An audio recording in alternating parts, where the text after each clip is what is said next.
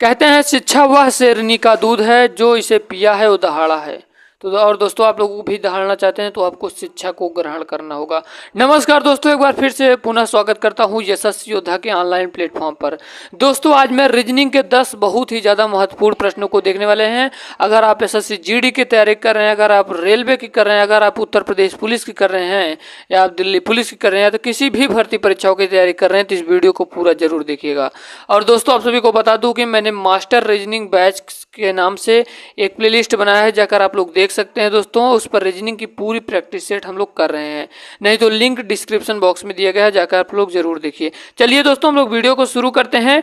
आपका पहला प्रश्न ये है दोस्तों, कह रहा है कि 31 दिन वाले महीने का अंतिम दिन मंगलवार है, तो उसी माह के 16वें दिन कौन सा वार हो है। तो दोस्तों देखिए, प्रश्न देखने में थोड़ा सा टफ लग रहा है पर इसमें कुछ भी नहीं है। बड़े ध्यान से देखिएगा दोस्तों, इस प्रश्न को कैसे करेंगे। देखिए भैया, 31वें दिन वाले कौन सा, 31 दिन वाले महीने का अंतिम दिन क्या है, मंगलवार है, तो 16वें दिन का पता कैसे करेंगे दोस्तों। देखिए 31 को जब मंगलवार है तो 31 में से जब हम 7 को घटाएंगे तो कितना आएगा भैया, जब -7 करेंगे तो 24 आएगा, यानी कि 24 को भी मंगलवार है। और 24 में से जब 7 घटाएंगे तो 7 घटाएंगे तो 17 आएगा दोस्तों, तो इस दिन भी मंगलवार है।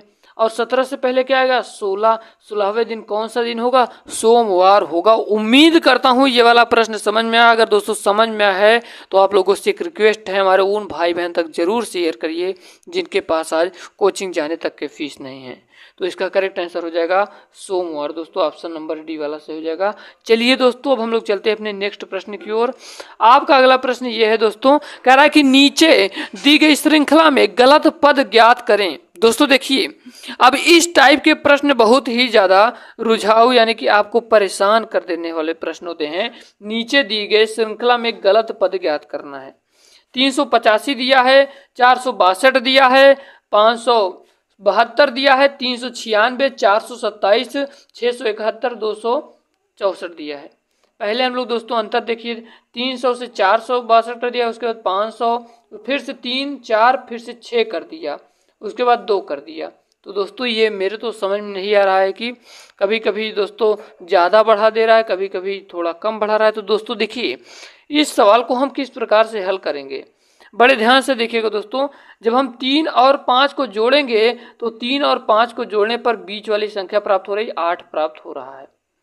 देखिए फिर से बड़े ध्यान से देखिएगा, जब हम किनारे किनारे वाली संख्याओं को जोड़ते हैं, 3 और 5 को जोड़ेंगे तो 8 प्राप्त होगा बीच वाली संख्या, और 4 और 2 को जोड़ेंगे तो 6 प्राप्त होगा, 5 और 2 को जोड़ेंगे तो 7 प्राप्त होगा, 3 और 6 को जोड़ेंगे तो 9 प्राप्त होगा, और 4 और 7 को जोड़ेंगे तो यहाँ पर 2 लिख दिया गया है, यहाँ पर 11 होना चाहिए दोस्तों, जो कि बिल्कुल गलत है। तो और दोस्तों हम लोग इसके आगे देख लेते हैं, क्या यही नियम रेगुलर फॉलो कर रहा है कि नहीं।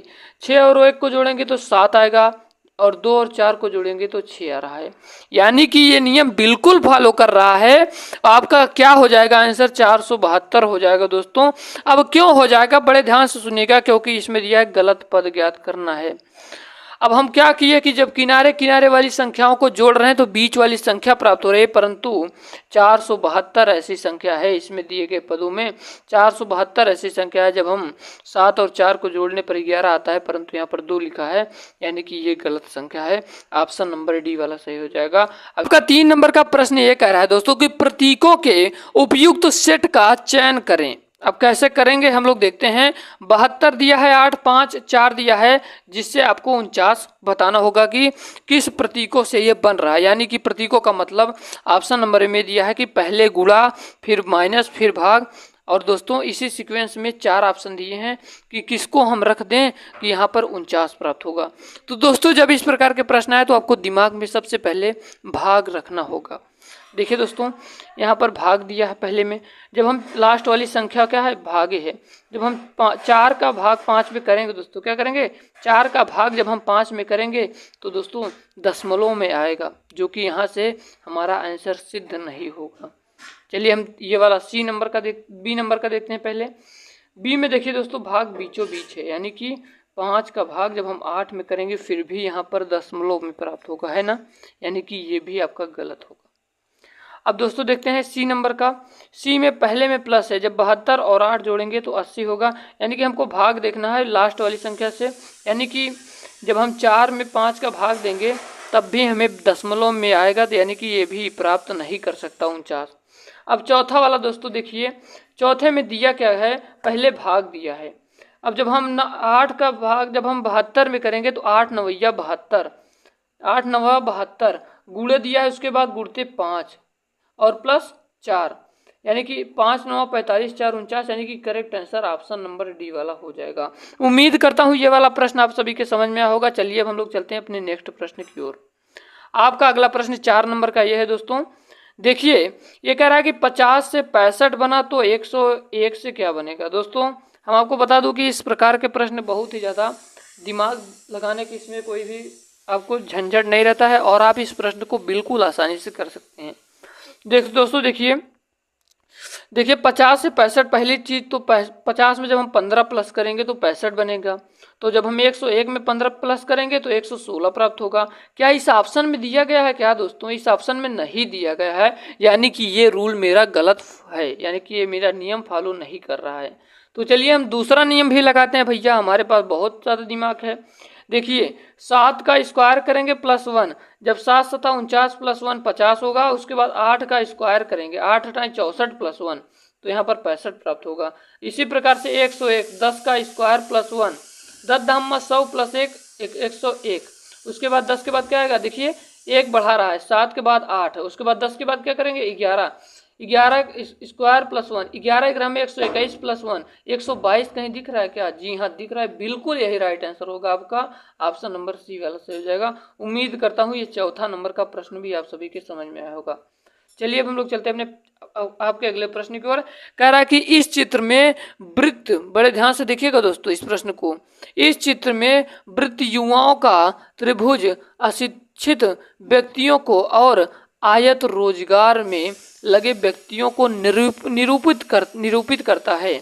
यानी कि ये जो वृत्त है दोस्तों, ये युवाओं को, और ये जो त्रिभुज है ये अशिक्षित व्यक्तियों को, और ये जो रोजगार युक्त व्यक्ति है ये दोस्तों किसको ये दर्शाता है? आयत को। ठीक है, तो आपसे पूछ कर रहा है कि कौन सी संख्या युवा, शिक्षित एवं बेरोजगार को निरूपित करता है। तो दोस्तों देखिए आप सभी को बता दूं, क्या एक को देखिए दोस्तों, एक कर क्या रहा है, एक आपको शिक्षित भी है और बेरोजगार भी है। ठीक है, एक ये जो संख्या है ये तो शिक्षित भी है दोस्तों, बेरोजगार भी है, यानी कि correct answer option number D वाला हो जाएगा। डी वाले में एक दिया है, डी वाला सही हो जाएगा। 9 नंबर का प्रश्न कह रहा है दोस्तों कि दी गई प्रश्न आकृति का सही दर्पण प्रतिबिंब चुने। प्रश्न आकृति दोस्तों दिए गए है, आपको क्या बताना है? मिरर इमेज बताना होगा। तो दोस्तों देखिए ये किस प्रकार से बनेगा। ये जो पहला वाला है ये ऐसे बन जाएगा, और जो ये दूसरा वाला है दोस्तों ये इस प्रकार से बन जाना है, यानी कि इसको पलट दिया गया है और बाकी ये दोनों सेम ही रहेंगे। इसका मतलब दोस्तों देखिए इस प्रकार की आकृति की सेम है क्या? बी वाले में देखिए इसी प्रकार की आकृति है, यानी कि correct answer option number B वाला। चलिए अब हम लोग चलते हैं अपने नेक्स्ट प्रश्न की ओर। दोस्तों आपका अगला प्रश्न है कि नीचे दिए गए चित्र में कितने त्रिभुज हैं। जितने भी मेरे दोस्त इससे पहले वाली वीडियो को देखे होंगे वो लोग जरूर बता लेंगे। अगर आप लोग भी नहीं देखे हैं तो जाइए, प्लेलिस्ट हम आपको डिस्क्रिप्शन बॉक्स में दे रहे हैं दोस्तों, मास्टर रीजनिंग बैच के नाम से है। दोस्तों देखिए जब इस टाइप का प्रश्न पूछा जाए तो आपको त्रिभुजों को गिनना है, छोटे छोटे त्रिभुज को, 1 त्रिभुज, 2 त्रिभुज, 3 त्रिभुज, 4 त्रिभुज, 5 त्रिभुज, 6 त्रिभुज, और 6 जितना त्रिभुज है इसका दुगना कर देना, 6 दूना 12। इसका मतलब correct answer option number D वाला हो जाएगा। यहाँ पर डी वाला ऑप्शन करेक्ट हो जाएगा। दोस्तों मान लीजिए यहाँ पर बीच में दिया होता तो क्या होता? जब बीच में दिया होता तो क्या होता? बीच में दिया होता तो एक और ये वाला, एक और ये, यानी कि 8 हो जाता।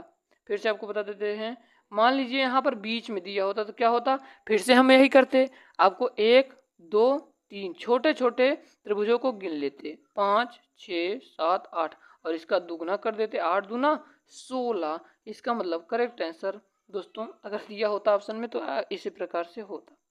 जब इस प्रकार के प्रश्न पूछे जाए तो छोटे छोटे त्रिभुजों को गिन लेना है, उसको दो गुना कर देना, आपको इसका करेक्ट आंसर मिल जाएगा। हम लोग चलते हैं अपने नेक्स्ट प्रश्न की ओर। कह रहा है दोस्तों कि नीचे पासे की 2 स्थितियों को दर्शाया गया है। जब संख्या 1 ऊपर हो तो नीचे कौन सी संख्या होगी? दोस्तों देखिए यहाँ पर 1 है और दोस्तों यहाँ पर देखना होगा 6 और 4 है ना, 2 फलकों पर। और दोस्तों यहाँ पर देखिए 6 और 4 है, यानी कि 1 का दोस्तों क्या हो जाएगा, नीचे वाली कौन सी संख्या होगी, 5 हो जाएगा। Correct answer option number C वाला हो जाएगा। अब हम लोग चलते हैं अपने 9 नंबर के प्रश्न की ओर। दोस्तों आपका 9 नंबर का प्रश्न कह रहा है कि एक विद्यार्थी सही सवालों की तुलना में 2 गुने गलत करता है। यदि उसने कुल 48 सवाल किए तो कितने सही हल किए। दोस्तों ये मैथमेटिकल रीजनिंग का सवाल है, ये मैथमेटिकल रीजनिंग का है। दोस्तों देखिए, एक विद्यार्थी सही सवालों की तुलना में 2 गुना गलत करता है, यानी कि 1:2। एक ये कौन सा है, सही वाला है, और 2 क्या है, गलत वाला है।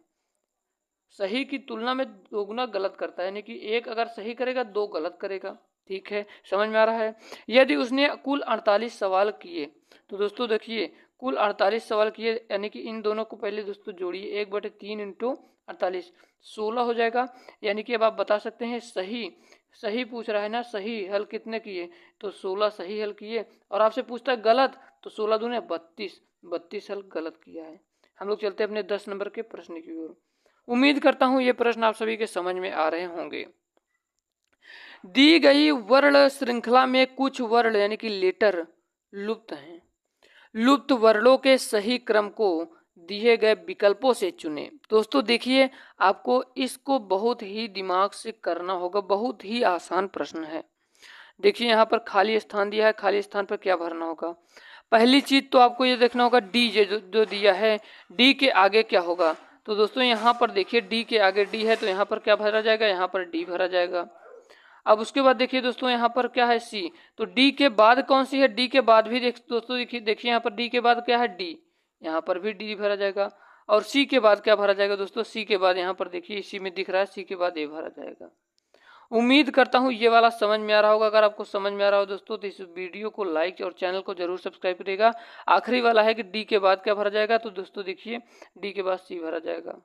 उम्मीद करता हूँ ये 10 प्रश्न आप सभी के समझ में आया होगा। दोस्तों कहीं भी आपको डाउट लग रहा है तो कमेंट बॉक्स में कमेंट कर सकते हैं, हम आपको फिर से आपको बता देंगे। मिलते हैं किसी नए वीडियो में, तब तक के लिए जय हिंद, वंदे मातरम।